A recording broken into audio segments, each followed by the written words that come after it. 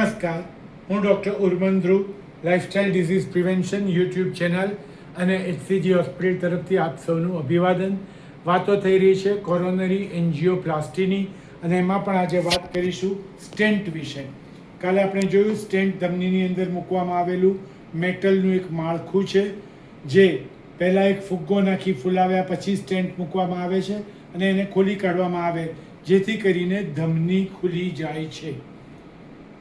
Stent એ angioplasty દરમિયાન સાંકડી કે હૃદયની અંદર મૂકવામાં આવતી નાનકડી જાળી છે એવું પણ કહી શકાય. સ્ટેન્ટના 3 મુખ્ય પ્રકારો: bare metal stent, drug eluting stent અને બાયો એબ્ઝોર્બેબલ સ્ટેન્ટ.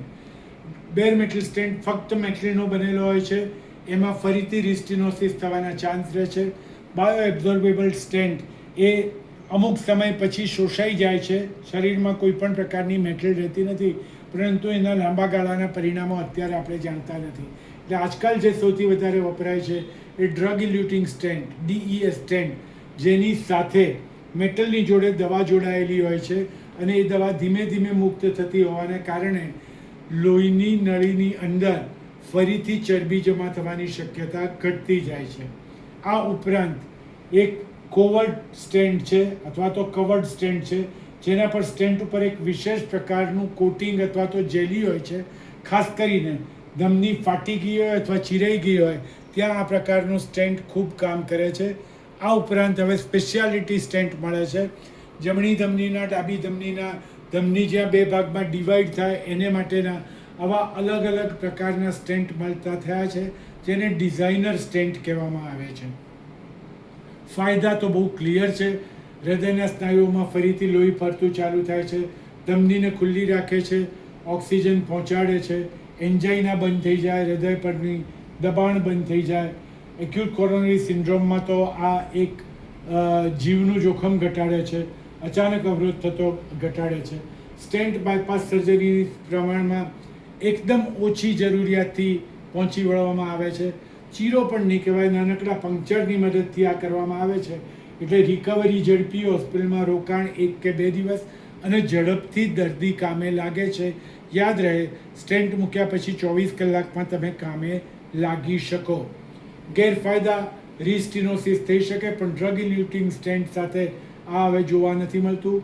ઘણીવાર સ્ટેન્ટ થ્રોમ્બોસિસ થાય, ત્યાં લોહી જામી જાય, એની શક્યતાઓ પણ ઓછી છે. આખી જિંદગી ઓછામાં ઓછી 1 એન્ટીપ્લેટલેટ લોહી પાતળું કરવાની દવા અને ઓછામાં ઓછા વર્ષથી 2 વર્ષ લોહી પાતળું કરવાની 2 દવા લેવી પડે છે. યાદ રહે, સ્ટેન્ટથી મૂળ રોગ ઇલાજ નથી થતો, ફક્ત જે જગ્યાએ બ્લોક છે એ જગ્યા જ ખોલવામાં આવે છે. હૃદયની લોહીની નળીઓમાં અન્ય બધે જ ઠેકાણે ચરબી જમા થઈ હોય અને એ આગળ વધી શકે. પ્રશ્ન છે, સ્ટેન્ટ મૂકવાથી હૃદય રોગનો સંપૂર્ણ ઇલાજ થાય? જી નહીં. ફરી યાદ કરાવી દઈએ, એ ફક્ત બ્લોકને દૂર કરે છે, અન્ય ઠેકાણે જમા થયેલી ચરબીઓ ઉપર એની કોઈ અસર નથી. અને એટલે જ જ્યારે સ્ટેન્ટ મૂકી દેવામાં આવે એ પછી પણ હૃદયની સંભાળ જરૂરી છે.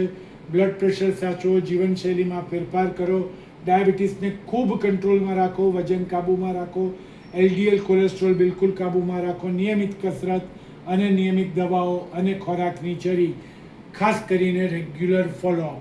એટલે સ્ટેન્ટ મુકાવી દીધો એટલે હૃદય રોગ મટી ગયો એ માન્યતા ખોટી છે. ઇનફેક્ટ સ્ટેન્ટ માત્ર બ્લોક થયેલી ધમનીને ખોલે છે, સ્વસ્થ જીવનશૈલી જ હૃદયનું રક્ષણ કરે છે. તો સ્ટેન્ટ એકલો કંઈ કામ નથી કરતો. સ્ટેન્ટ જીવનશૈલીમાં ફેરફાર, નિયમિત follow up, diabetes, blood pressure, cholesterol, વજન બધા ઉપર કાબૂ, તો અને તો જ લાંબા ગાળા માટે હૃદય સ્વસ્થ રહી શકે. સ્ટેન્ટ મૂક્યા એટલે બધા કામ પતી ગયા એ માન્યતા ખોટી છે. એ પછી તમારે વધારે ધ્યાન રાખવાનું છે. તો આજે અહીંયા જ રોકાઈશું, કાલે ફરી મળીશું. નમસ્કાર, ડૉક્ટર ધ્રુવ.